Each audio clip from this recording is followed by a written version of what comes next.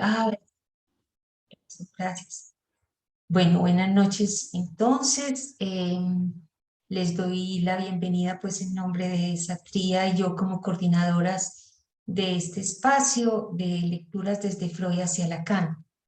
Hoy vamos a continuar con la lectura del texto de Freud sobre hipnosis y de la referencia de Lacan en el seminario 2 sobre la hipnosis. Pero tenemos hoy un pequeño detalle y es que releyendo, reescuchando un poco el video anterior para hacer la descripción por YouTube, me di cuenta que habíamos leído un poco a la carrera una parte del texto, del párrafo anterior. Y le decía yo a Satría, o sea, no lo podemos dejar pasar.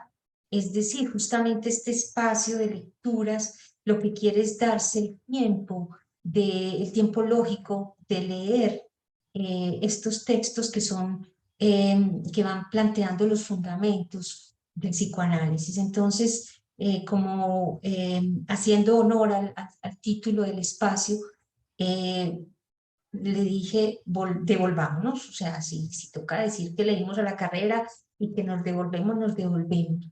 Leer no es fácil. Lacan mismo lo plantea en varios seminarios y en su enunciación.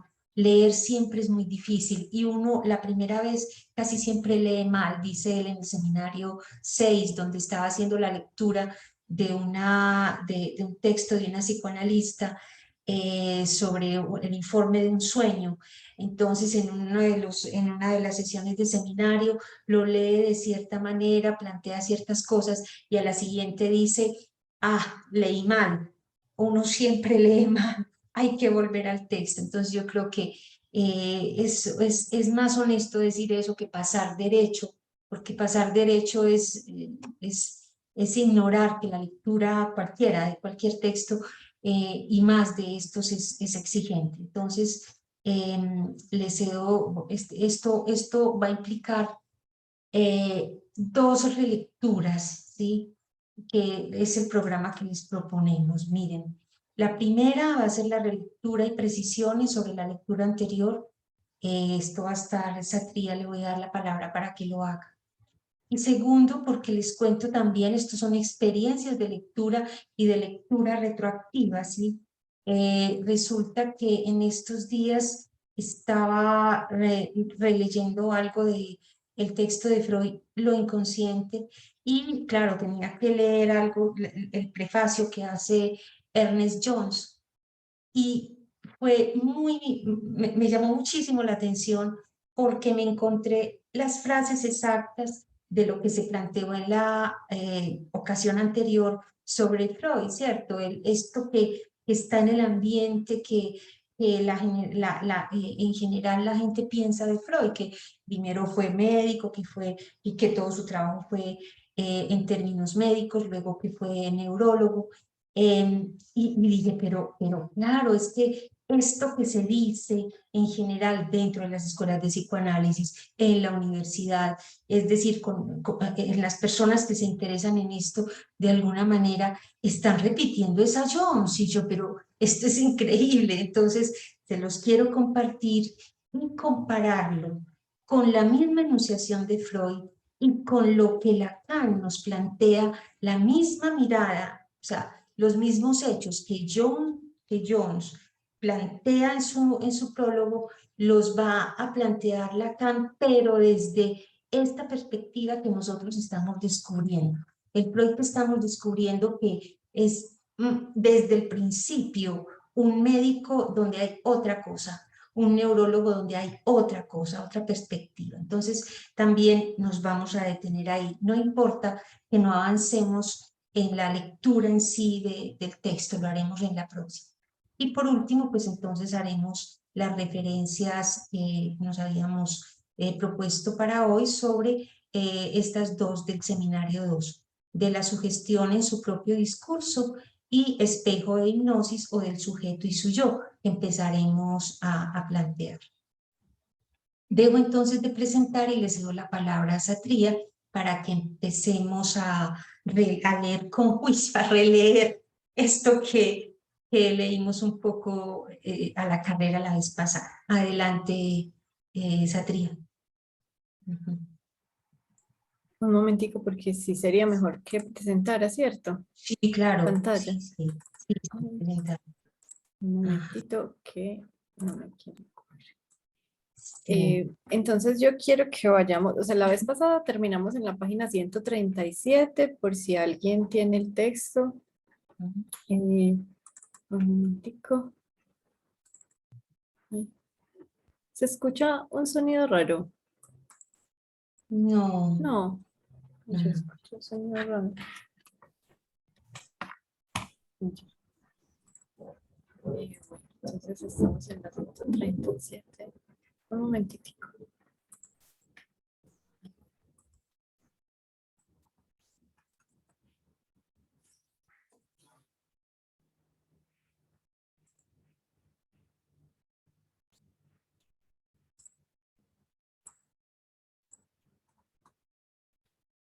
Y después volvemos a la 117, que es del texto anterior, pues de tratamiento psíquico, tratamiento del alma. Pero bueno, entonces ya estoy llegando, qué pena con ustedes. Vean, aquí está. Me dicen si se ve. Mm,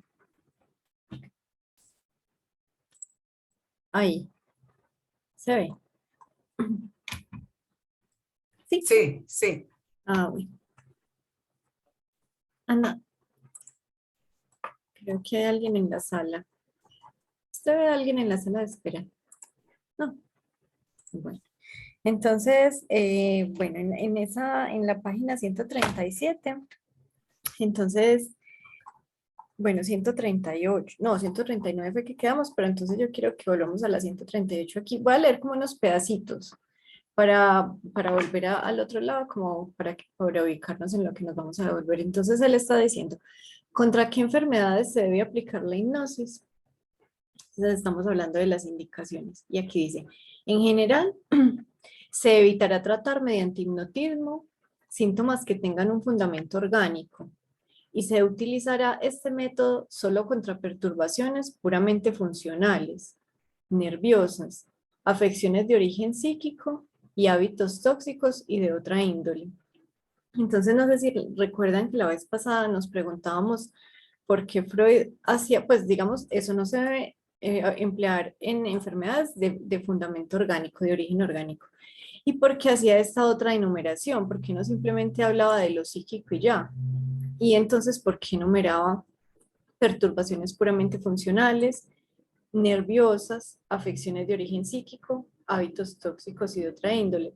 Y pensábamos esa vez que tal vez pues que parecían sinónimos, pero nos llamaba la atención de todas maneras la enumeración. Pues si fueran sinónimos no haría la enumeración, porque pues porque para qué si son sinónimos, pues lo podría decir en una sola frase. Entonces, Ana Victoria encontró, pues se devolvió y encontró en la página 17 del texto anterior algo que habla como de esto mismo y nos ayuda un poquito como a notar cómo esta diferencia, el por qué hace esta enumeración y que sí se trata de cosas distintas, aunque tenga que ver pues con lo mismo. Y él nos está diciendo que son indicaciones para la hipnosis, pero vale la pena como la diferencia. Entonces, vamos a la 117. Si alguien quiere ir interviniendo durante, pues cuando hablemos, no hay problema en cualquier momento. Entonces, bueno, en esta parte de tratamiento psíquico, tratamiento del alma, él nos viene diciendo, voy a tomar algunas partecitas, pues así, otra vez, como cortaditas, para no leerlo todo. Eh, Él nos estaba diciendo, pues, como que había una resistencia de los médicos a tener en cuenta la relación de lo anímico sobre lo corporal.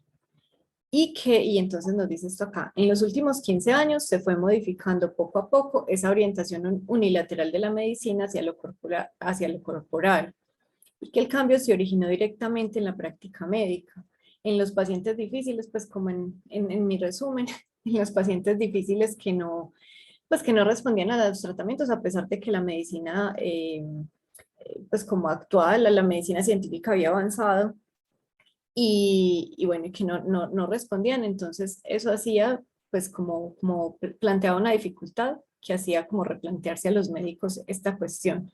Y entonces dice, entre estos enfermos hay un grupo llamativo por la riqueza y variedad de su cuadro clínico. Ana, yo voy a leer un pedacitico de esto, ¿está bien?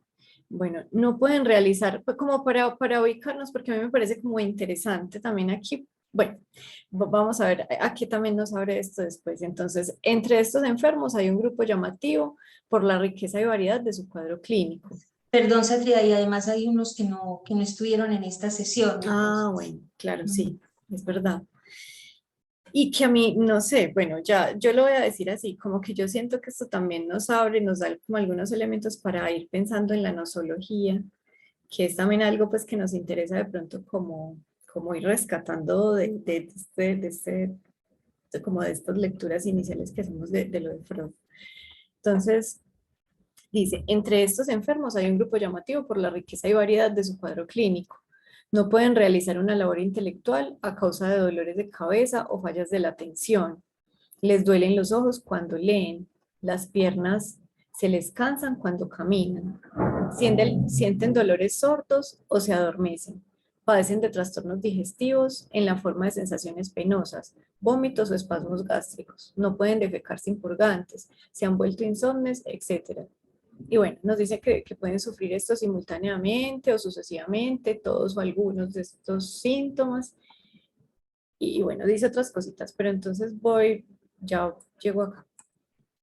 La investigación médica ha llegado por fin a la conclusión de que estas personas no pueden considerarse ni tratarse como enfermos del estómago, de la vista, etc., sino que hay en ellas una afección del sistema nervioso en su conjunto. No obstante, el estudio del cerebro y de los nervios de enfermos de esta clase no ha permitido descubrir hasta ahora ninguna alteración visible, y aún muchos rasgos de su cuadro patológico nos disuaden de esperar que alguna vez, con medios de examen más finos, pudiéramos comprobar alteraciones capaces de provocar la enfermedad. Tales estados han recibido el nombre, tales estados, y pues con estos estados nos viene pues como relatando estos síntomas, ¿cierto? Entonces, tales estados han recibido el nombre de nerviosidad, neurastenia, histeria, y se los define como enfermedades puramente funcionales. Yo voy a leer el parrafito y me voy a devolver un poquito. Lo voy a leer completo primero. Tales estados han recibido el nombre de nerviosidad, neurastenia, histeria, y se los define como enfermedades meramente funcionales del sistema nervioso. Por lo demás, la indagación en profundidad del cerebro tras la muerte del enfermo ha sido infructuosa también en el caso de muchas afecciones nerviosas de carácter más persistente y en aquellas que presentan solo signos patológicos anímicos, las llamadas ideas delirantes, ideas obsesivas e insania. Bueno, entonces, pues así de rapidez uno como que no capta. Pero entonces volviendo a la página, a la página 137, yo no la voy a pasar, sino que lo voy a leer aquí en mi texto para que vamos viendo como la correlación con este pedacito. Es corto. Entonces nos decía él, esa es la 139, perdón, no 137. Dice, en general, se evitará tratar mediante hipnotismo síntomas que tengan un fundamento orgánico y se utilizará este método solo contra perturbaciones puramente funcionales. Entonces, pues ya leí ahorita la enumeración que son 4, ¿cierto? Entonces, se utilizará este método solo contra perturbaciones puramente funcionales, nerviosas, afecciones de origen psíquico y hábitos tóxicos. Entonces, aquí lo que nos dice, tales estados han recibido el nombre de nerviosidad, neurastenia e histeria y se los define como enfermedades meramente funcionales del sistema nervioso.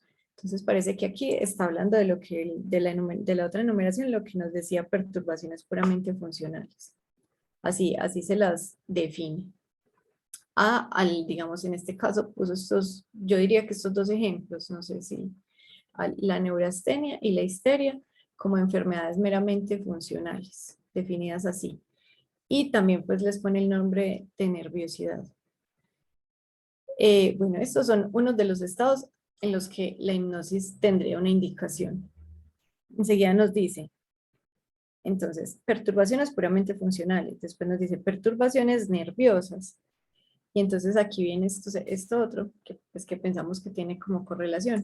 Por lo demás, la indagación en profundidad del cerebro tras la muerte del enfermo ha sido infructuosa también. Cuando dice también, entonces eso nos hace pensar que se trata pues de otra cosa, que no es exactamente lo mismo de lo que ya nos habló.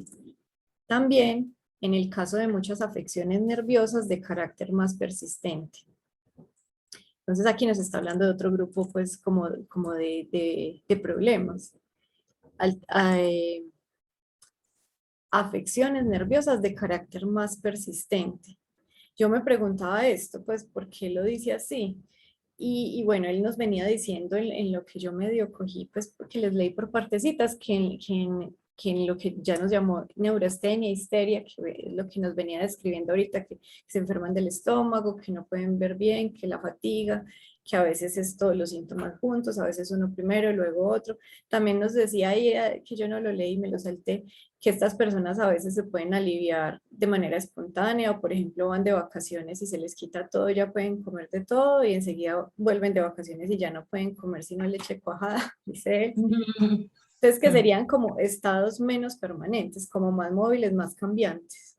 Pensaría pues uno por los ejemplos que dio, en contraste pues o no en contraste sino a diferencia de las afecciones nerviosas de carácter más persistente. Yo de todas maneras no pude pensar a qué se refiere, pues no pude pensar en un ejemplo porque posiblemente se refiere a afecciones más persistentes que tocan el cuerpo, que yo pensaba si se refería de pronto, por ejemplo, a la esquizofrenia o a la psicosis, pero aquí parece que estuviera hablando de algo que tiene que ver con el cuerpo, pero de carácter más persistente y no tan móvil como por ejemplo en la histeria, pero bueno, si se les ocurre a mí, no se me pudo ocurrir como un ejemplo, pero ya lo dijo aquí y ya lo dijo en la 37 como si fuera diferente, pues como sí, lo separa. Tendría como algo crónico, más bien, como algo del orden crónico, mientras que estas afecciones son estados. Es que el hecho de ser estado lo diferencia de la permanencia, ¿cierto? Cambian por lo que describiste ahorita. También estas de carácter más persistente puede ser algo como más del orden crónico, quién sabe, Sí, pues lo que se me probablemente. ocurre. Pero Ujú, sí, probable, sino que yo, por ejemplo, pues pienso en ejemplos de la actualidad, por ejemplo, el síndrome de colon irritable, la, ujú. la fibromialgia, que son como nombres que tienen pues conversiones histéricas, pensaría uno pues así siendo atrevido, Sí. y que son cosas que pues tienen un nombre, uno podría decir que son crónicas, pero son móviles y variables también, pues hoy le duele aquí, mañana le duele allí, pasado mañana pronto no le duele, va a un paseo y no le duele y después le duele todo. Hoy está en el colon súper inflamado, mañana puede comer de todo, pues son cosas que son así, que tienen ese carácter móvil. Yo creo que Ujú. Adela quiere decir algo. Sí, es que estoy devolviéndome, dice, por lo demás, la indagación en profundidad del cerebro, que es del cerebro, así infructuosa también en el caso de muchas afecciones nerviosas, o sea, como que está, como que yo lo entiendo que está, es puntualizando que es del cerebro, no Así, no de las otras partes del cuerpo. Tienes sí, razón, puede ser que sí. mira, De todas maneras, él aquí sí dijo esto también, que la investigación médica ha llegado por fin a la conclusión de que esas personas no pueden considerarse ni tratarse como enfermas del estómago, de la vista, etcétera, sino que hay en ellas una afección del sistema nervioso en su conjunto. Y de todas maneras nos estaba hablando de afecciones pues como orgánicas. Pero sí da la impresión, pues porque aquí abrir el cerebro, como que estuviera hablando de algo más puntualmente, como de pronto de carácter neurológico. puede ser. Ujú. Sí, está buena gracias a él.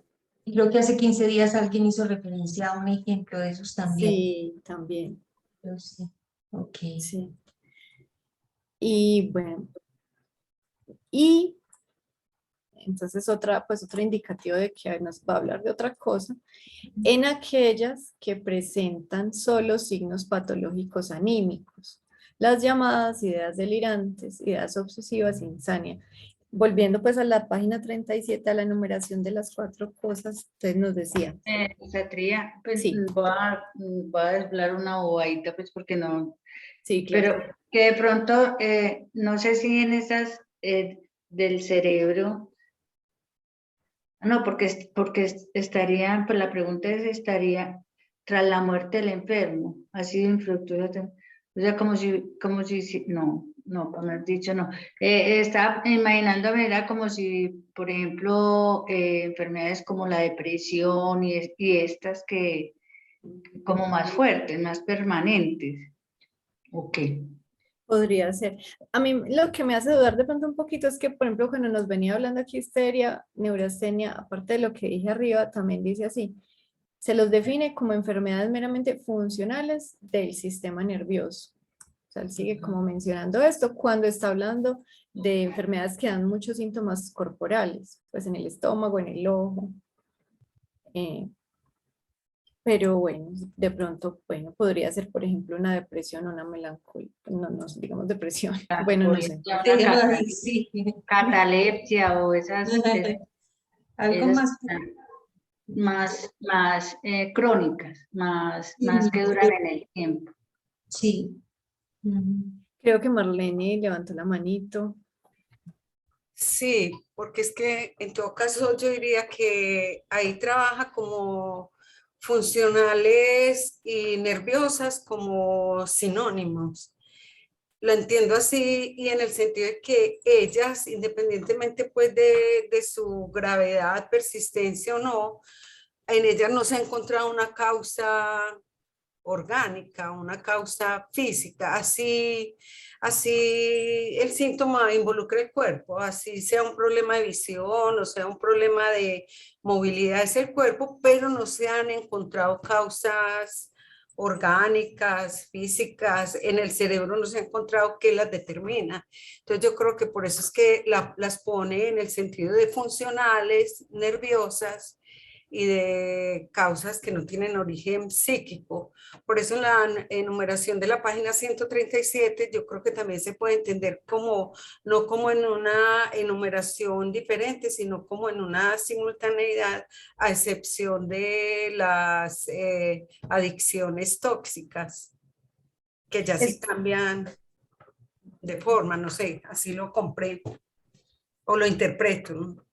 Yo, por ejemplo, también, pues, digamos que él hace una enumeración, yo sigo, insisto, si fueran completamente sinónimos, pues no valdría la pena hacer, pues, como desglosarlos, sino que podría decir aquellas que son de causa, pues digo yo, psíquica o algo así, y ya, como meter todo ahí. Aquí, pues hay algunos indicativos de que está hablando, pues, de que quisiera como señalar como cosas distintas, pues porque dice las enfermedades meramente funcionales del sistema nervioso, también muchas afecciones nerviosas de carácter más persistente y aquellas que presentan tan solo signos patológicos anímicos, como si fueran 3 cosas distintas, aunque tienen en común que ninguna de Son las de carácter nervioso. que ninguna Son de de las 3 se le han carácter encontrado pues como correlación Ajá. orgánica. Yo también me pregunto, ¿para qué, pues, qué importancia tendrá separar esto? Y yo tengo la impresión de que alguna importancia tendrá, aunque todavía de pronto no la notamos, sino que es interesante como anotar como que hay alguna diferencia entre ellas, pero yo creo que algo nos falta para, como para saber el para qué, porque digamos que en lo fundamental, yo creo que para nosotros en lo fundamental las podríamos agrupar como pues como en contraste con las enfermedades de origen orgánico contra las enfermedades que no tienen origen orgánico, pero él las diferencia y pues nos pareció como importante, interesante como ver que sí hay alguna diferencia entre ellas.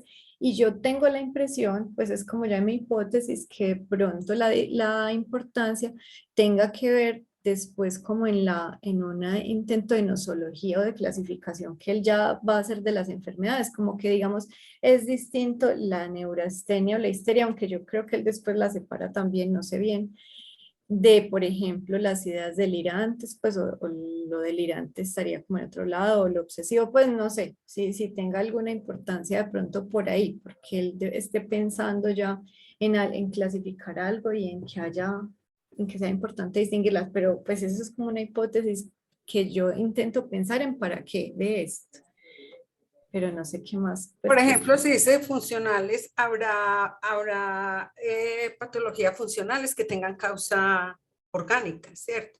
Al decir funcionales, nerviosas, es como si estuviera especificando o haciendo o resaltando eso. Funcionales, nerviosas, es decir, que no tienen una causa psíquica, como si estuviera haciendo una secuencia esclarecedora, pudiera ser.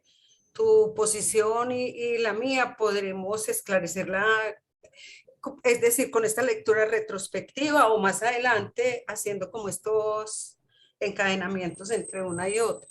sí. Sí. De todas maneras, yo creo que funcionales, pues hay una pequeña acotacióncita que funcional, yo creo que sí es como para, pues que decías que lo funcional podría ser de causa orgánica, que yo creo que esa palabra es usada precisamente para decir cuando no es de causa orgánica, sino Ajá. funcional. Ujú. Y Pues, al pero decir nerviosa puede ser que enfatice en eso, no sé, pues pudiera ser. sí. Exacto, sí, que es lo que está diciendo en el primer renglón, ¿cierto?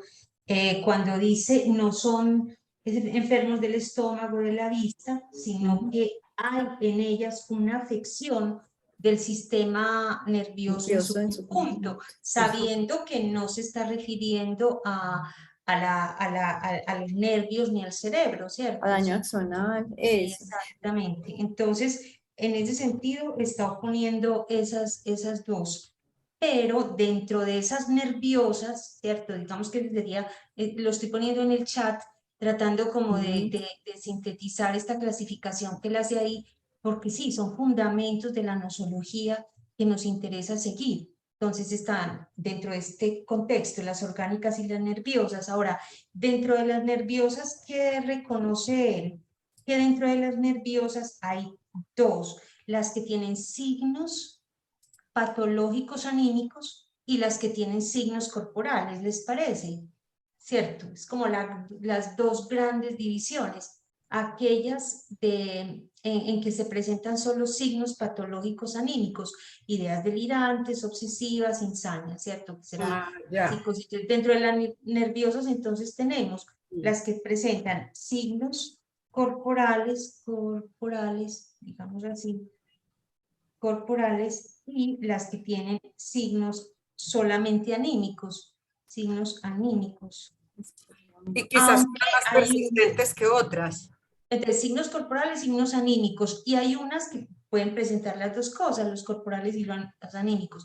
Eso. Entonces, dentro de las nerviosas tengo eso, las que son meros signos corporales y meros signos anímicos, pero dentro de las de signos corporales tengo dos clases. Signos corporales tengo dos, las que son, y ahí es la duración lo que varía, ¿cierto? El estado, ¿sí? Y la persistencia, o lo que nosotros tratamos de nombrar como crónica, ¿cierto? El estado o la persistencia, voy a poner crónica, ¿cierto? Dentro de esas. Entonces, es distinto. Y yo le decía a esa tribu, es que fíjense cómo es la fineza es que no pone palabra sin dedal, porque es que va a decir, tales estados han recibido el nombre de nerviosidad. El estado ha recibido el nombre, pero es que una cosa es nombrar algo y otra cosa es definirla, ¿sí? Entonces, cojamos los que son los estados. Entonces, para lo que es el estado, no para las persistentes, él va a decir, tienen un nombre. ¿Qué nombre tienen? ¿Cómo es? Nerviosidad, dice. Nerviosidad. Nerviosidad. Nombre, nerviosidad. Nerviosidad. Y me dice cuáles son, ¿cierto? Ahí es donde las dice. Sí, Y me dice, neurastenia y y ya, histeria. exacto, Y luego las define, pues lo define. neurastenia e histeria. Listo. Ahora, esto se llama así, o sea, es simplemente el nombre. pero cuando ya las voy a definir, las dos del estado, ¿qué son? Digamos así, ¿qué son neurastenia? Digámoslo así, ¿qué son neurastenia e histeria? ¿Sí? Ya no cómo se llama esa afección, sino qué son, entonces la respuesta es otra. Son, que no la veo, que esto Se los define como enfermedades puramente funcionales del sistema nervioso. Meramente funcionales Ujú, del sistema nervioso. exacto. El pie de página que dice. Mira, Nervioso. es el Mm, volumen 2. Ujú. exacto, exacto. Entonces, enfermedades puramente funcionales del sistema nervioso. Entonces, cuando en la 139 va a decir, va a ser la enumeración, entonces se utiliza contra perturbaciones puramente funcionales. Entonces, ya sabemos, histeria y neurastenia, ¿cierto? Esos estados que son la histeria y la neurastenia. Nerviosas, lo que decía Satría, ¿cierto? Estas de las crónicas que son nerviosas, que entonces en las de carácter persistente, él va a decir que son nerviosas, ¿sí? Pero como las histeria y la neurastenia, solo que la diferencia es que son persistentes, que son este De estado carácter más de persistente. carácter más persistente, exacto. Exacto, Yo, por listo. ejemplo, pensaba en el ejemplo que nos daba de la depresión, que de pronto, pues que la depresión parece que fuera más como estado patológico anímico. Aunque bueno, a veces la depresión también tiene algunas manifestaciones en el cuerpo. Exacto. Entonces ya hay como esa primera clasificación y ya lo que Adela, sigue va a decir sí. Adela iba a decir algo. Pues es que yo encuentro como otra clasificación. La voy a Sí, ver, sí. yo empiezo a clasificar funcionales y no sé si lo orgánico, funcionales es porque está dirigido a la función que ejercen y orgánico lo entiendo yo es como a la anatomía, o sea, antes decía que no había perturbación en la anatomía, pues no hay ninguna perturbación, no hay, ¿cómo se dice esa tría? Pues bueno, en Alteración. en el órgano no hay Alteración. alteración pues en el órgano. Entonces las funcionales, dice que todas estas afecciones son funcionales, no hay daño en el órgano, en los órganos, sino que están dañadas en la función. Y que la función de la otra clasificación que se hace, que son funcionales nerviosas, y que en esa clasificación de que residen también lo nervioso está la neurastenia y la histeria. Esa es una clasificación para mí. Que hay otras más profundas, que son unas afecciones más persistentes. Y hay otras que son, pues las persistentes las tomo como si estuvieran metidas ya en una patología nerviosa, pues del sistema nervioso. Y las últimas serían las que son signos apenas anímicos, o sea, funcionan muy bien, pero a veces hay ideas delirantes, hay ideas obsesivas e insania, que no sé qué es eso. Entonces, como que para mí todas serían funcionales y nerviosas, y las del lado del orgánico, del órgano, no las menciona, pues porque no da lugar, no da Exacto. lugar. No da lugar, exacto. Exacto. O Entonces, es exacto, como, no da lugar. Por eso entonces en la enumeración ya nos queda claro que se está refiriendo es a esta clasificación que tiene en mente, ¿cierto? Se utilizará contra perturbaciones puramente funcionales, ahí está hablando de la definición de esas funcionales que son neurastenia e histeria, y las nerviosas en el sentido de las persistentes. pero añade las afecciones de origen psíquico. Ahí, vas a decir algo ahí, Satría, ya en la 139 que habla de las afecciones de origen psíquico. Yo como que escuché una voz. ¿Alguien iba a decir algo? Sí, sí. Es- Yo escuchaba atentamente los comentarios de los panelistas sobre el tema este. Yo trato, para comprender el texto de esto, como decía la doctora Ana Victoria antes, de hacerlo con criterio y tratando de profundizar, algo que a veces no es fácil. Trato de posicionar bien y imaginarme Freud en ese momento, ¿no? Porque él está iniciando esa separación que él vislumbra ahí, pero que todavía no ha sido clarificado como lo tenemos ahora en este momento nosotros en el tiempo, ¿no? Abriendo ese camino entre lo orgánico y lo anímico. Entonces él, a nosotros puede que no haga ruido, como decía la doctora, esa diferencia entre el estado y el nombre, que era una enfermedad que nosotros ahora decimos que puede ser del alma, que se llama neurastenia. Nosotros vamos a la etimología de neurastenia y nos encontramos con que es algo orgánico. Estamos hablando de neura, ¿cierto? De nervio. Y cuando habla de histeria, también estamos, como hemos aprendido, se refiere a hístera, útero, estamos de vuelta en lo orgánico. O sea, puede que nos haga un poco de ruido a nosotros y la forma en que lo nombró. Pero yo pienso que son los recursos que él tenía en ese momento en que él se está abriendo camino. O sea, porque, por ejemplo, más adelante él se va a hablar ya no solamente de neurastenia, sino de psico, ¿cierto? Entonces, ¿De si cinco? él mismo va aclarando en el transcurso del tiempo, a lo mejor en los textos más adelante va a aparecer, cómo él va incorporando e incluso se van cambiando los términos. Siempre ¿Cómo dirigido, posteriormente dirigido a medida que avanza más a lo psico que a lo orgánico, digamos. como psiconeurosis, algo así? Exacto, ese es el término, no me salía ese término, psiconeurosis. ¿Ve? Como ahí está acoplando él lo que primero a lo mejor fue, o en el caso de neurastenia lo mismo, ¿cierto? Así que yo pienso que es el recurso que él tenía en ese momento inicial en que él se está abriendo camino, que son los términos médicos y de neurología a la cual él pertenecía, ¿no? Pero fíjese que lo está pasando de una al carácter funcional, es decir, los está sacando de la clasificación orgánica. De una las está poniendo en términos de lo que no está causado por lo orgánico.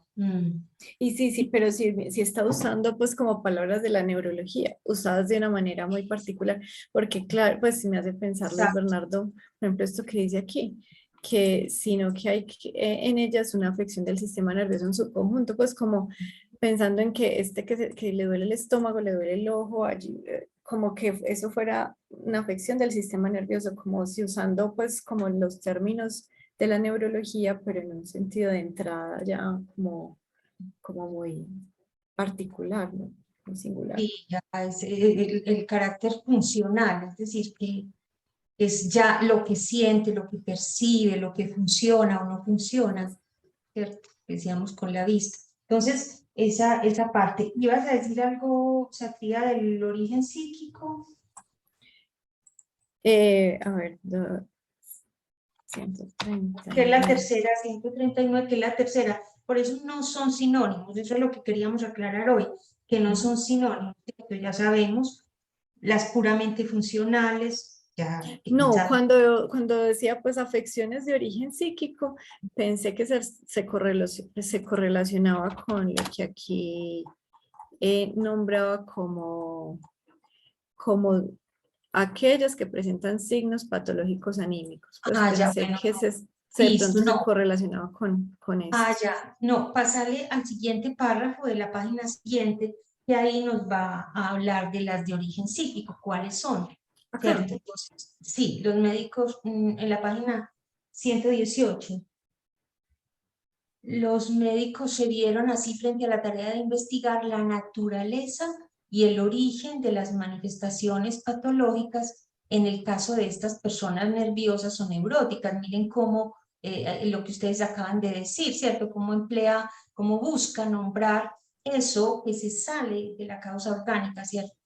Entonces se vieron frente a la tarea de investigar la naturaleza y el origen de esas manifestaciones, llegándose a este descubrimiento. Este es el descubrimiento y creo que es a eso a lo que hace referencia cuando dice las de causa psíquica. Al menos en algunos de estos enfermos, los signos patológicos, sean corporales o sean psíquicos, no provienen sino de un influjo alterado de su vida anímica sobre su cuerpo. Por tanto, la causa inmediata de la perturbación ha de buscarse en lo anímico. Eso ya lo habíamos leído muchas veces, pero es ahí a donde se está refiriendo cuando dice, cuando enumera las de causa psíquica, es decir, afecciones de origen psíquico, que va a desplegar pues ahí una cantidad de enfermedades o de manifestaciones, pero que van a provenir de ese influjo alterado de su vida anímica sobre el cuerpo. Hay en la vida anímica algo que altera y que afecta el cuerpo. Ese es Porque a como... mí me parece que se está refiriendo a todas las anteriores, aquí en este párrafo. Exactamente. Exacto. Pero al menos, dice, al menos en algunos de estos enfermos, ¿cierto? Los signos patológicos, ¿de dónde provienen? Si no provienen del orgánico, aquí ya se mete en la causa, en examinar la causa de los mismos fenómenos, ¿cierto? Entonces, Bueno, y es interesante de pronto aquí también esto, algunos de estos enfermos, en algunos, los signos patológicos no provienen sino de un influjo, o sea, exclusivamente del influjo de lo anímico sobre lo corporal. Y porque en la página que vamos, en la 139, también nos viene, pues como nos viene hablando de la correlación de los dos, y también, por ejemplo, nos decía aquellas enfermedades que son de causa orgánica, pero que tienen alguna manifestación psíquica también, en la que la hipnosis pudiera tener un efecto. exactamente. Entonces allí sería como más lo corporal sobre lo anímico, que también se podría beneficiar, pues, por ejemplo, de la hipnosis. Exactamente. Entonces, mira que con mayor razón, definitivamente, yo creo que esto es una lección inolvidable de lectura.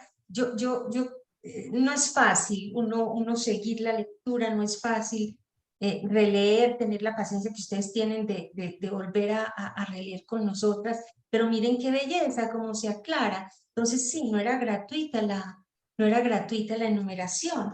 Está comparando este influjo alterado de la vida anímica sobre el cuerpo con esas otras que tienen causa orgánica, pero que el malestar, el dolor, la función puede ser tratada también con hipnosis. Eso es, genial.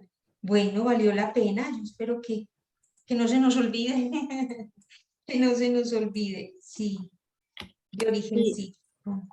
Y quedamos entonces en esta página Correcto. 139. Para la próxima, muy bien. En este párrafo larguito, pues no, después de este párrafo, sí. Exacto, que ya lo retomaremos en la próxima. Vamos entonces un poco al segundo punto, que es también una relectura ya de las intervenciones de ustedes ese día y como lo que quise transmitir. Voy a presentar pantalla nuevamente y qué es esto, ¿cierto?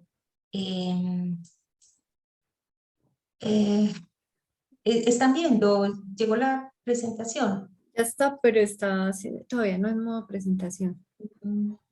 Pues no, pero sí estaba, sino que Estaba llegando. Ya. ya había llegado, sino que estaba. Ok, listo, nueva presentación. Entonces, es esto. Del Freud que vamos descubriendo en nuestras lecturas a partir de la enunciación. ¿Cuál es ese Freud que vamos descubriendo? Creo que es un sujeto.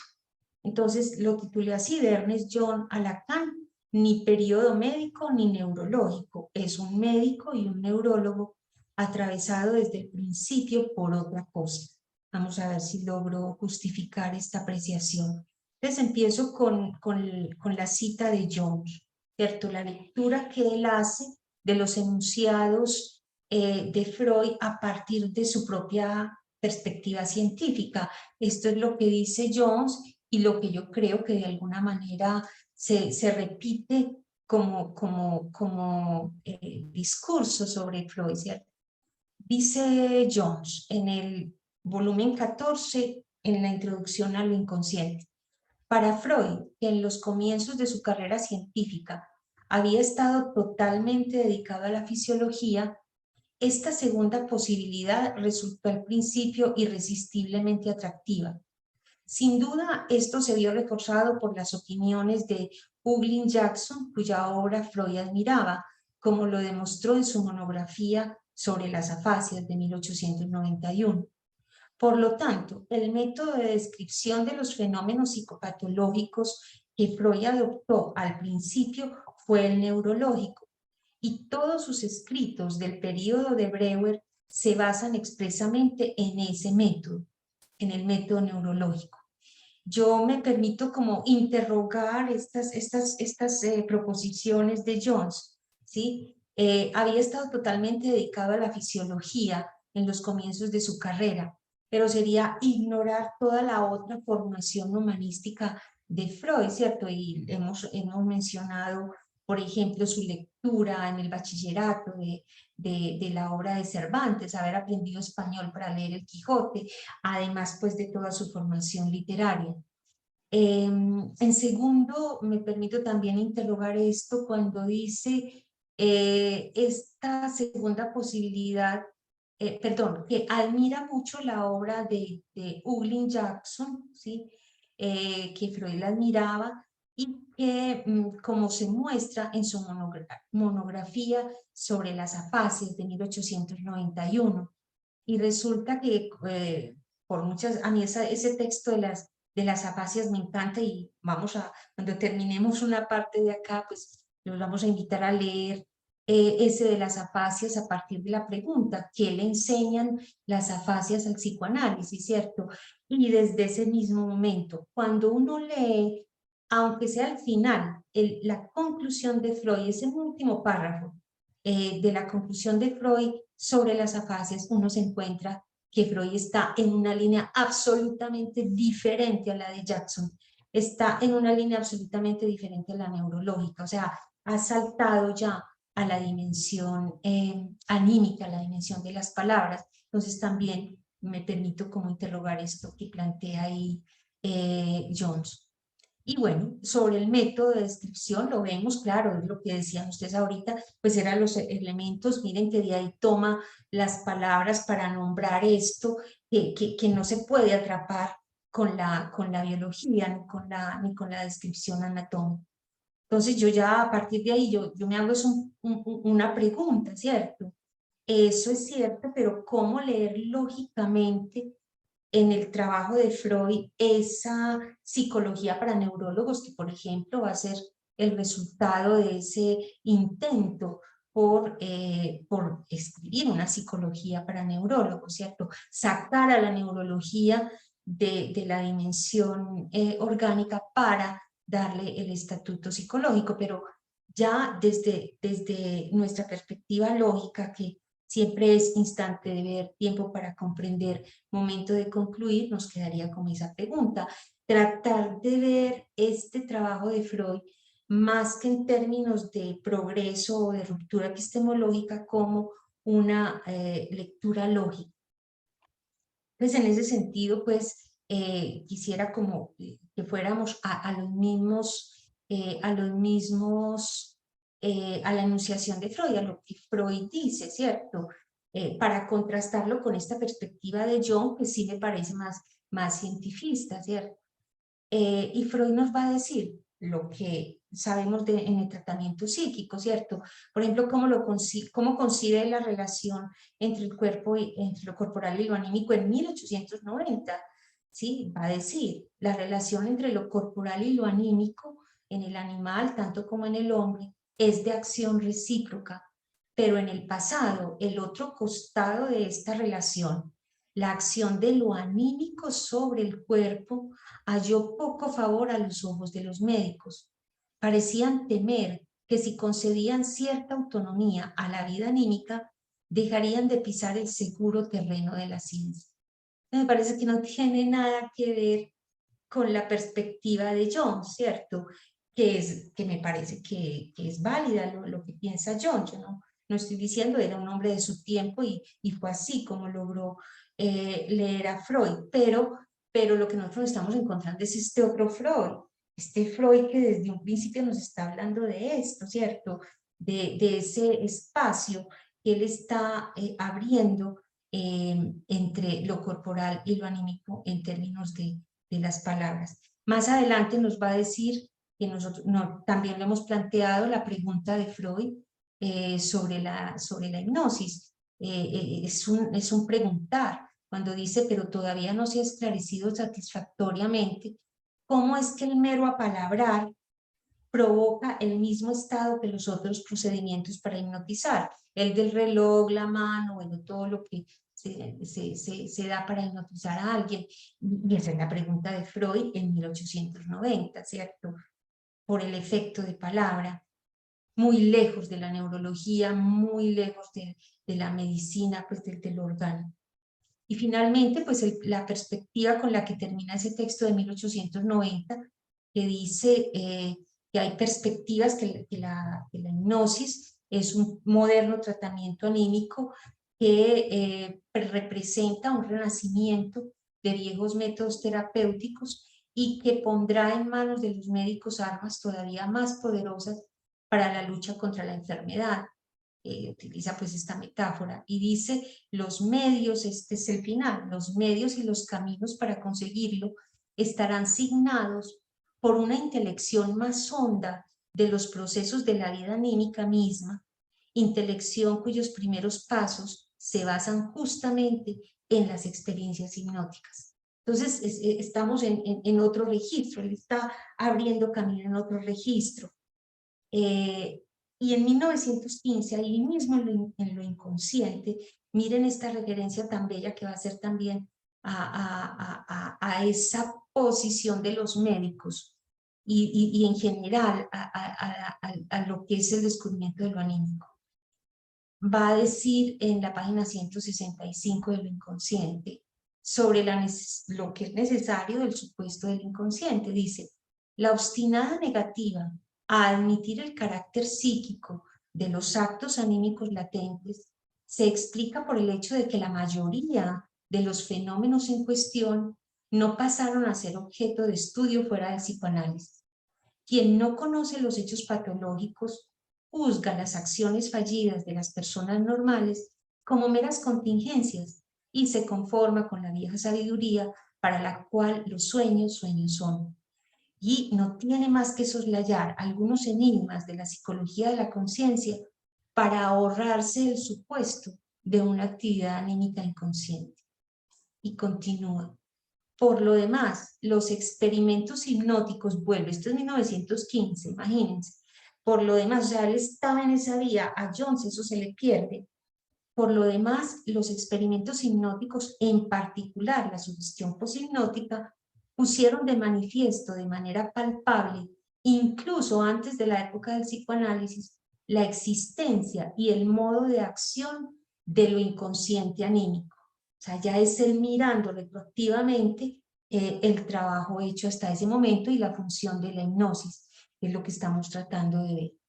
Ahora vamos a la enunciación de Lacan. Ana, una Sí. cosita, que Sí. cuando usted, la frase que usted nos traía de Jones, él decía que el Freud de Breuer, ¿cómo se dice Breuer? De Pues Breuer. que ese Freud no es ni siquiera el que estamos leyendo, sino que es posterior, ¿cierto? Esto Sí. que estamos leyendo de la Exacto. hipnosis es antecito. Y yo pensaba que el mismo título del texto anterior, Tratamiento Psíquico, Tratamiento del Alma, pues es un título que no tiene que ver con la neurología, es que entra hasta el título.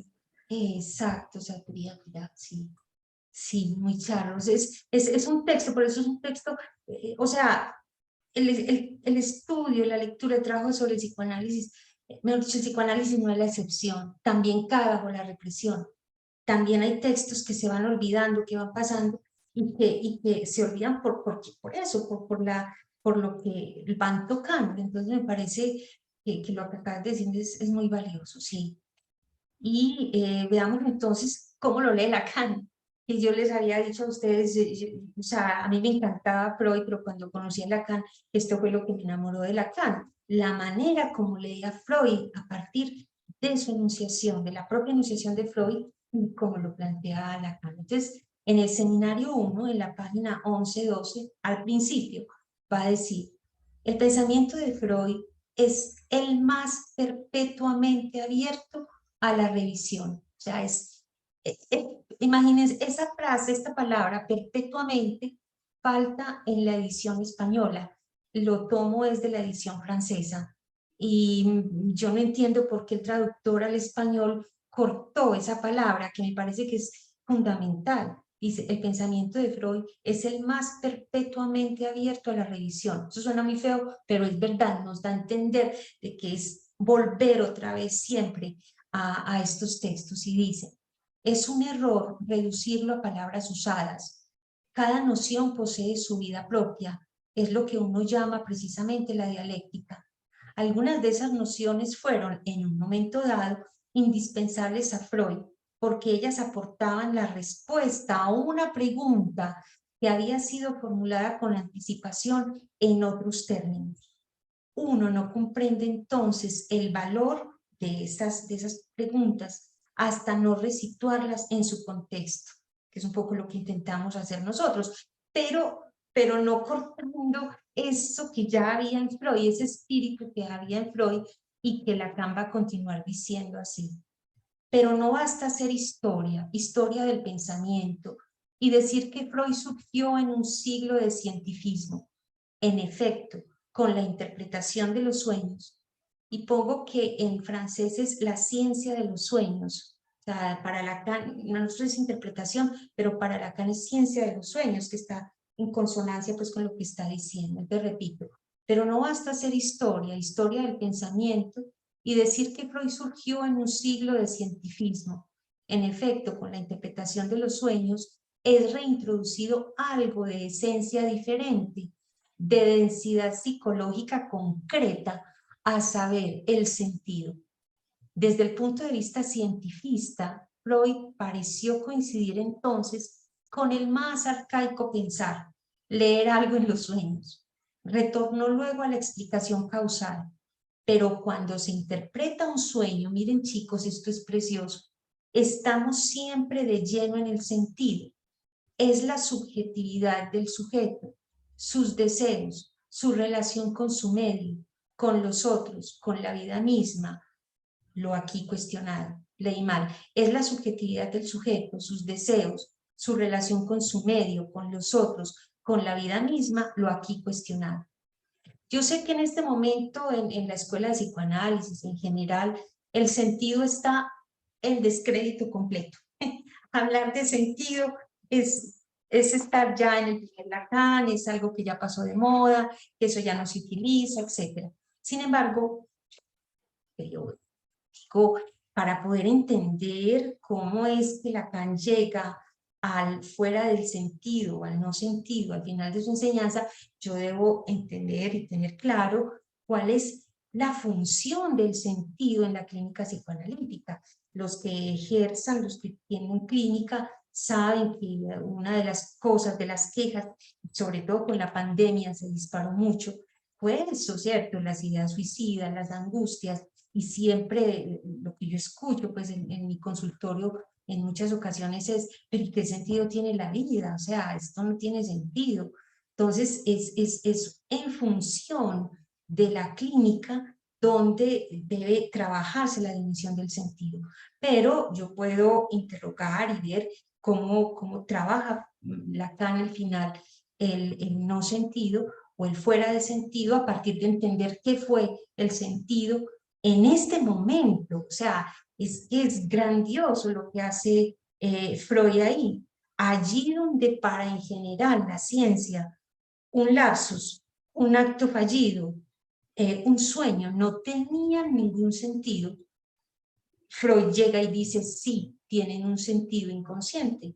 Es posible encontrar ahí un sentido. Y ese sentido Lacan nos lo va a plantear aquí. Es la subjetividad del sujeto, sus deseos, sus relaciones con su medio, con los otros, con la vida misma, ¿cierto? Que luego ya vemos que el sinsentido va a estar en relación con el goce, de acuerdo, todo eso va a estar ahí en su lugar. Pero yo no puedo olvidar esta dimensión también del sujeto. Continúa Lacan diciendo, nuestra tarea aquí es reintroducir el registro del sentido, registro este que debe ser reintegrado a su nivel propio, ¿cierto? Bueno. Y continúa con este elemento histórico, dice, Bruch, Ludwig, Helmholtz, Dubois, Reymond habían constituido una especie de pacto de fe. Todo se reduce a fuerzas físicas, las de atracción y las de repulsión. Cuando se eligen estas premisas, no hay razón alguna para abandonarlas. Si Freud las abandonó, fue por haber confiado en otras. Osó atribuir importancia a lo que le ocurría a él, a las antinomias de su infancia, a sus trastornos neuróticos, a sus sueños. Por ello, es Freud para todos nosotros un hombre situado, como todos nosotros, en medio de todas las contingencias, la muerte, la mujer, el padre. Sí, creo que esto es una otra perspectiva, esto es lo que logra captar Lacan leyendo a Freud, inclusive antes del psicoanálisis, ¿cierto? Que ya hemos visto pruebas, trazas de que este texto de tratamiento psíquico, tratamiento del alma, Lacan lo tenía muy presente, por lo menos en 1953, en Función y Campo de la Palabra y en muchos de los principios del trabajo analítico. Pues bueno, eso les quería como comentar, ¿cierto?, sobre este Freud que estamos descubriendo y que me parece importante, pues que si se gastan tanto tiempo poniendo en boca de Freud cosas que no dijo, decía, pues ¿por qué no sacar un rato, unos minutos también en nuestras lecturas para escuchar estas y contrastar estas perspectivas? Tratar de, es más fácil transmitir la perspectiva de Jones que la de Lacan o la que estamos encontrando, que es difícil, pero es esa la que hay. Bueno. Continúo entonces, vamos a seguir descubriendo este Freud en nuestras próximas lecturas, ese espíritu de Freud, este hombre o este sujeto que se pregunta, que se interroga sobre sí mismo y a partir de ahí puede plantear lo que plantea en el psicoanálisis. Bueno, vamos entonces para terminar con el último punto, que será como un abrebocas de las referencias de Lacan a la hipnosis en el seminario 2. Lo primero es de la sugestión en su propio discurso, esto me llamó muchísimo la atención, y luego sobre el espejo e hipnosis, o del sujeto y su yo, donde vamos a dejar abierto como abrebocas, porque trabajaremos en unas 2 o 3 sesiones más sobre ese tema. Entonces, de la sugestión en su propio discurso. En la página 343 del seminario 2 nos encontramos esto, dice Lacan. Podemos decir que una cosa existe o no existe realmente. Por el contrario, y a propósito de la curativo, me asombró ver a un colega oponer el término realidad psíquica al de realidad verdadera. Y mire lo que dice. Pienso haber colocado, sin embargo, a todos ustedes en un estado de sugestión suficiente como para que este término les parezca una contradicción inadyecta. No vamos a entrar pues en la discusión, pero realidad verdadera es una contradicción inadyecta. Pero me llama la atención es eso. No está diciendo yo no sugestiono, yo no cuento con la sugestión está excluida de mi discurso. No, él sabe que es algo del orden de la condición misma, de la condición humana y la condición misma del discurso, y entonces lo incluye. Vamos a ver más adelante en otras referencias donde él va a volver a hablar del discurso y de la sugestión, y siempre recordaremos esa contribución de Luis Bernardo ya hace 3 sesiones cuando nos decía cómo en el seminario 24 Lacan vuelve otra vez sobre esa base, ¿cierto? Que en todo discurso hay sugestión. La sugestión está en el discurso por oposición a la palabra, por oposición a la dimensión del sujeto, ¿sí? Que es un poco lo que vamos justamente a continuar. Entonces, es como para uno preguntarse en un estado de sugestión, es decir, ¿de qué? De influencia de su palabra sobre lo que nos está diciendo. Bueno, ahora sí vamos a espejo de hipnosis, que es el tema central. Esta es la cita, ¿cierto? Espejo de hipnosis o del sujeto y su yo, como recordaba Amy en la ocasión anterior. Este seminario 2, en este seminario 2 el objetivo de Lacan es diferenciar el yo del sujeto, enseñarnos a cómo se reconoce y se identifica el yo en la teoría de Freud y en la clínica psicoanalítica. Y entonces dice la cita, dice: así, ¿acaso no incumbe el fenómeno del sueño al registro de la conciencia? Un sueño es algo consciente. Ese tornasol imaginario, esas imágenes cambiantes, son por entero de igual índole que ese lado ilusorio de la imagen sobre el que insistimos a propósito de la formación del yo. Y entonces, bueno, despacio, a ver, porque pareciera que uno entendiera rápido esto, ¿sí? Entonces, pero despacio, todos podemos recordar algo de los últimos sueños que hemos tenido, lo que soñamos anoche. Y nos está diciendo que eso que soñamos anoche es un sueño y es algo consciente. ¿Por qué es algo consciente? Aunque tenga un sentido inconsciente, pero es algo consciente. Y dice, ese tornasol imaginario, esas imágenes cambiantes, son de igual índole, de la misma naturaleza, que el lado ilusorio de la imagen sobre el que insistimos a propósito de la formación del yo. Tengo un problema y es que para poder entender las cosas necesito como hacer dibujitos, ¿cierto?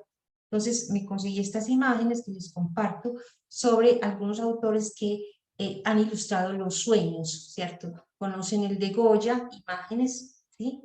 Son de la misma naturaleza ilusoria que la constitución del yo, ¿sí? Y son conscientes porque son imágenes que yo estoy viendo, a pesar de estar dormido o dormida. Entonces, el de Goya, el sueño de la razón que produce monstruos, el sueño que es de Dalí, la pesadilla de Henry Fuseli, el sueño del artista de Comegis, todos son imágenes, aquí está este dormido, pero él está viendo imágenes, ¿cierto?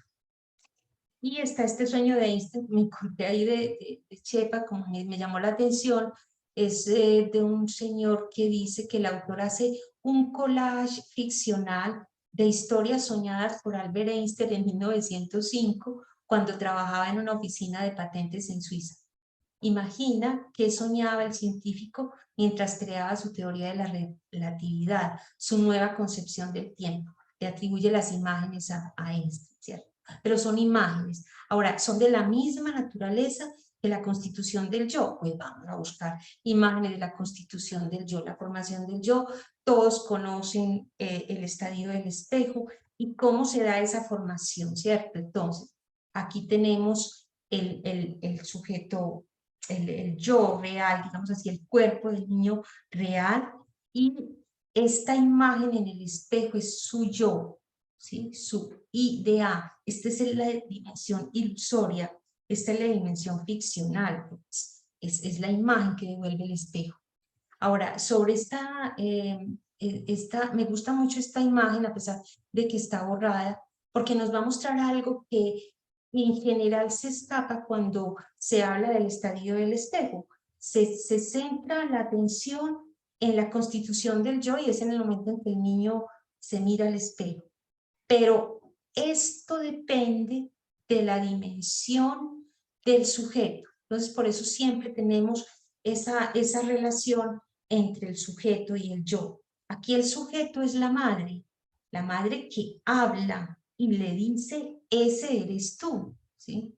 Sin esas palabras de la madre es imposible que se constituya la dimensión del espejo. Hay no lo pude encontrar para hoy, pero por internet había un experimento de un papá justamente poniendo a un niño de más o menos un poquito más grandecita, una niña, frente al espejo y sin decirle nada. Y llegaba un momento de angustia de la niña, de casi que que en el límite, ¿sí? En el límite de la despersonalización, de lo patológico, ella no lograba distinguir que la del espejo no era ella. Solamente al final de la grabación, cuando el papá le dice, esa eres tú, inmediatamente se ilumina el rostro de la niña. Faltaba esa dimensión del sujeto que puede hablar, que puede dirigirse a este niño en términos de un sujeto que se dirige a otro, que es en el nivel de la enunciación. Sin esa dimensión subjetiva, sin esa dimensión de la enunciación, no se puede constituir el yo. Entonces quería como aclararlo ahí. Esto está en el esquema que él introduce en este momento ya, donde tenemos aquí, este es el niño que tiene la mamá, que está cargando este A, es el niño que tiene la mamá, mientras que este A' es la imagen en el espejo. Ese es la mamá cuando le dice, cuando le habla de ese eres tú, ¿cierto? Que es el eje imaginario, ficcional, donde ella le plantea, por eso está dirigido, ese eres tú.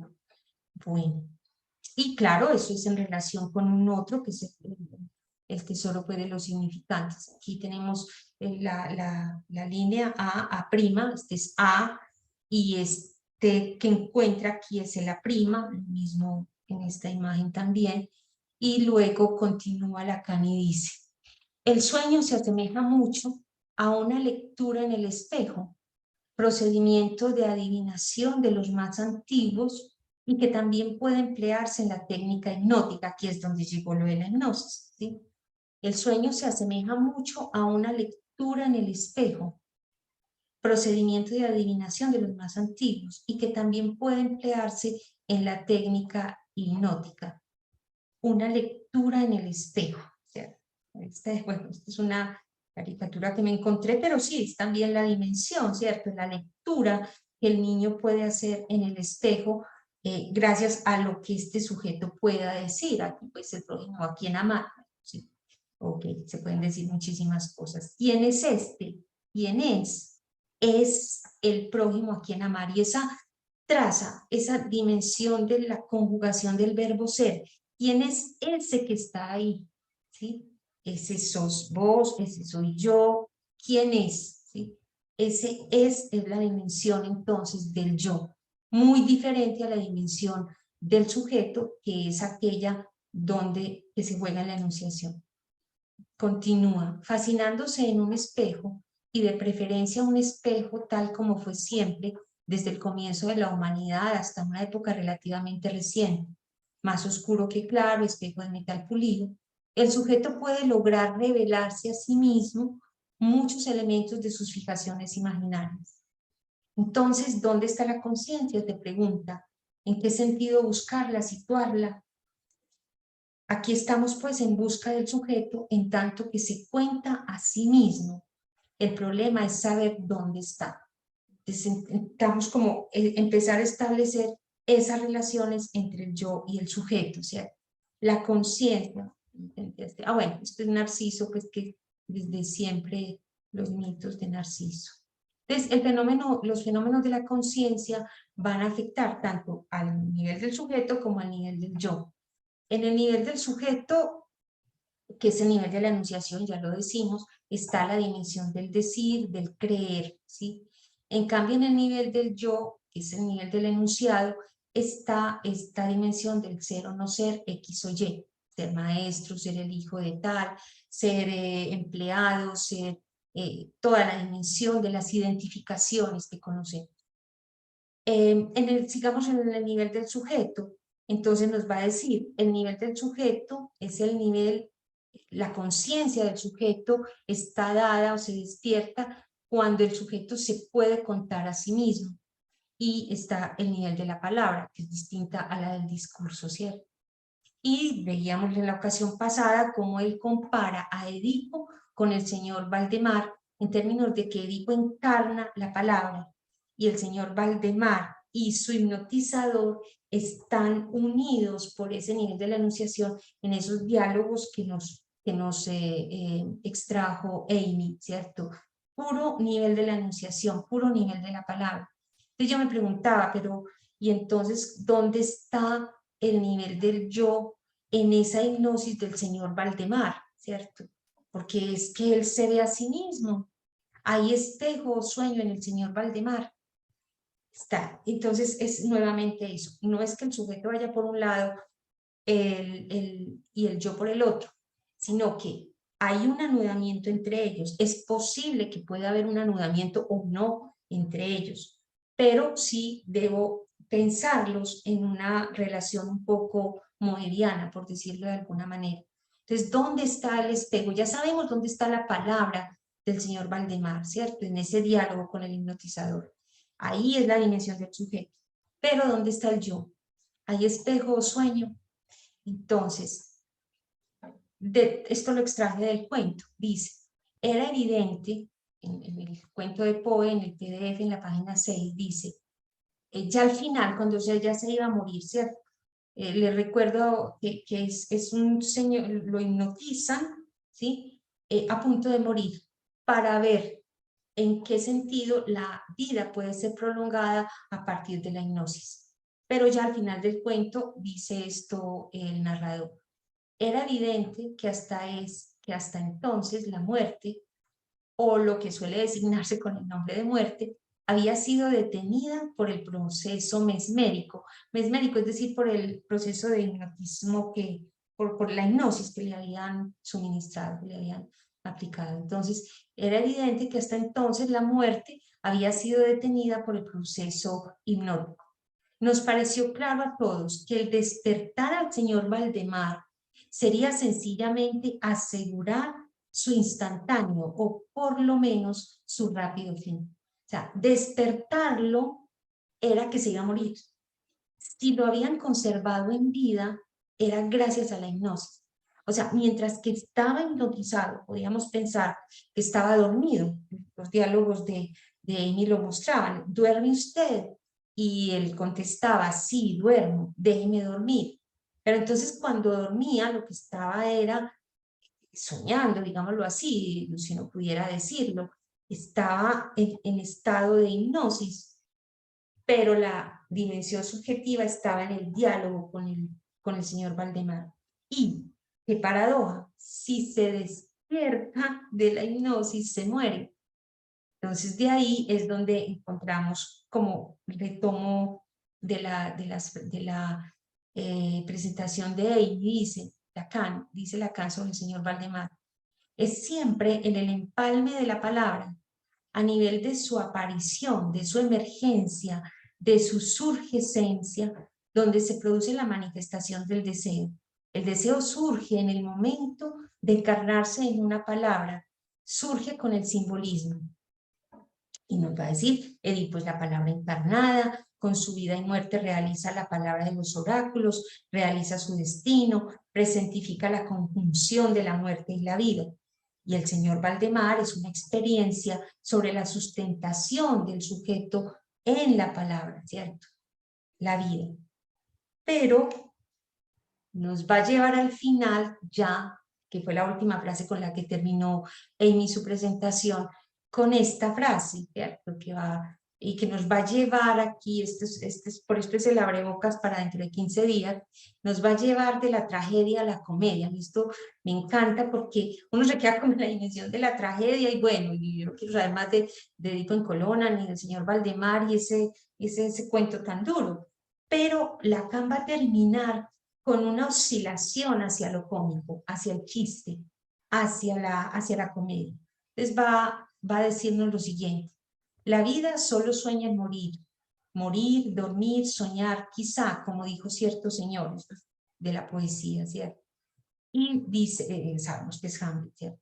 Precisamente en el momento en que de eso se trataba, to be or no to be. Y entonces nos dice que en su época había alguien que hizo el chiste y que si Shakespeare dijo to be or no to be, fue porque él empezó diciendo to be or no, y como no se le ocurría nada más, volvió a empezar to be, para tratar como de hilar. Y entonces casi que eso se vuelve chiste, dice Lacan. va a decirnos, miren esta belleza, el sueño y el chiste se sitúan en el mismo nivel del surgimiento del deseo, ¿sí? Me faltó el surgimiento del deseo. Y nos va a dar otro chiste, ¿cierto? Donde hay una oscilación de la palabra, una vacilación de la palabra, que puede tornar hacia la tragedia o hacia el chiste, hacia la comedia. Entonces va a dar otro ejemplo. Alguien dice, más valdría no haber nacido, y llega alguien y le contesta, desgraciadamente sucede apenas una vez cada 100.000, ¿sí? Cada 100.000. Entonces ya para ir terminando, hablé demasiado, dice en la página 349 del seminario 2, es ahí donde los voy a dejar y donde los voy a invitar a que vengamos dentro de 15 días a hablar un poco. Dentro de 15 días entonces leeremos el párrafo que nos está esperando del texto de Freud y luego volveremos a la comedia ya, ¿sí? Dice en la 349, es muy importante que lean la agudeza y sus relaciones con lo inconsciente. El rigor de Freud nos deja estupefactos, pero Freud no da del todo la última palabra, a saber, que todo lo que participa propiamente de lo ingenioso se sostiene en el nivel en que la palabra, se sostiene en el nivel vacilante en que la palabra está ahí. Si no estuviera ahí, no existiría nada. Y entonces va a referirse, si les interesa leerlo, en el final de este capítulo es precioso, nos va a dejar con otros chistes, va a comentar otros chistes de Freud que nos van a dar esa dimensión del sufrimiento del deseo y del goce que hay en el reverso del deseo, ¿sí? Y desde aquí, el goce está desde aquí. Entonces, como una aneantización, digamos, dice él, de la vida misma y de la muerte. Entonces, es un movimiento ya vital que va a dar con la dimensión de lo cómico. Entonces, es como la invitación entonces para que dentro de 15 días nos demos el lujito de presentar, y le vamos a dar una referencia con el afiche que salga nuevamente, a un capítulo que va a seguir y que nos va a ilustrar muchísimo esta dimensión de la hipnosis en relación con el espejo y en relación con el yo y el sujeto. Es el capítulo del seminario 2 que se llama Socia, donde nos va a hablar de la comedia Anfitrión de Plauto, que está reescrita. Plauto es de un poeta latino, siglo III, creo, si no estoy mal, después de Cristo, va a ser reescrita por Molière. Entonces vamos a detenernos un poco en esa comedia y en la manera como a partir de esa comedia Lacan nos va a acabar de diferenciar lo que es el yo del sujeto. Y bueno, que tiene que ver todo con la hipnosis, ¿cierto? Como en la hipnosis yo no puedo solamente mirar la dimensión del espejo, sino también la dimensión subjetiva, que es la línea de la palabra a la que le va abriendo lugar Freud. Bueno, no sé, ¿algún comentario? Entonces, bueno, les La agradezco. Victoria, definitivamente la escritura rigurosa de Freud amerita esta lectura rigurosa. Sí, pues eso sí, es cierto que sí, Marlene, y yo decía, Sí.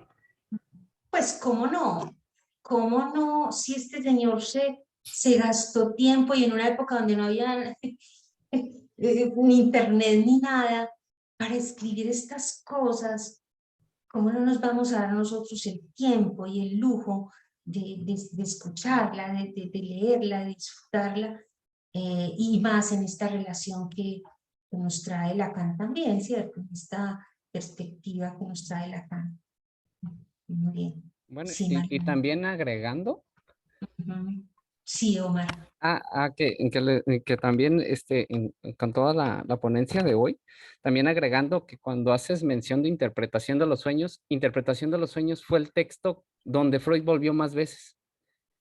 Él tuvo siempre problemática con interpretación de los sueños desde que lo escribió la primera vez, por eso siempre hay como una reedición y siempre hay notas al pie de página de que esto lo introduje como 10 años después y lo vuelve a introducir. Por eso hay mucha problemática con interpretación de los sueños precisamente, y que lo traigan hoy a colación se me hizo muy interesante porque lo venía dialogando con unos amigos, y esto de que la vacilación del significante, sí, es que yo también, pues de alguna manera ya uno cuando empieza pues entre grupos de estudio y uno un poquito por nuestra cuenta, es que esa vacilación es algo que está y no está al mismo tiempo. O sea, sé que suena medio turbio y medio raro, pero es que hay un significante que está y no está. Eso el mejor texto para explicarlo es el seminario 14, el de la lógica del fantasma. Por desgracia, pues, no tenemos una traducción más que la de Rodríguez Ponte, pero pues es la que todo el mundo ahí, es la que todo el mundo agarra. Exacto. Entonces, esa vacilación del significante, Lacan aquí lo toma desde un principio cuando habla del circuito significante. Siempre hay un significante que está, y lo del estadio al espejo me llama mucho la atención porque siempre se da la problemática de que dicen, es que es lo que se habla, y en algunos momentos también yo lo llegué a escuchar, ¿ves? Esto es como de diálogo, de debatirlo, de que dicen, bueno, pues es que es lo que dicen, lo apalabrado para el niño. Sin embargo, hay otras lecturas que dicen, es que es el rebote de las palabras en el espejo el que lo introduce. Entonces, son lecturas, claro está. Sí, A no, mí, la verdad, sí. sí, a mí Pero me llamó mucho. Sí. ¿te llamó la atención que? No, estas Sí. introducciones que da, es que también me puse a leer un poquito de lo que mandaron ahí en la página, y sí estaba viendo como que ya ahorita cuando se mete a psicología para neurólogos, porque psicología para neurólogos lleva como muchos textos al pie, o sea, te lleva a estar leyendo la negación, te lleva a estar leyendo Muchas muchos cosas. textos Pero es eso, lógicos. sí, ya para que vamos terminando, es eso, Omar, y es la lectura retroactiva que va haciendo Freud de los textos anteriores, es decir, que puede corregir en algunos casos y puede volver a mirar a la luz de los nuevos descubrimientos, de las nuevas cosas que va esclareciendo. Entonces se le revelan a una nueva luz. Eso es como la lectura retroactiva que inclusive Lacan también hace sobre sus primeros conceptos, no son de que se acabó ya, por eso me gusta esa expresión de Lacan, es una escritura, es un trabajo que perpetuamente está sometido a revisión, digamos así, a lectura retroactiva del mismo autor, y eso es lo que intentamos rescatar aquí, esa lectura de ellos, de sus propios trabajos anteriores. Ay, Omar, y qué bueno que has mirado sí. las referencias pues, de la página, y si en algún momento te animas o cualquiera a comentar alguna de las citas, bienvenidos también, nos pueden contar, y muy bueno. Bueno, muchísimas gracias y los esperamos para la próxima con el párrafo de Freud y Plauto. Y el A ustedes anfitrión. muchas gracias. Gracias. Muchas gracias, buenas noches. Buenas noches, que estén muy bien. Excelente. Chao.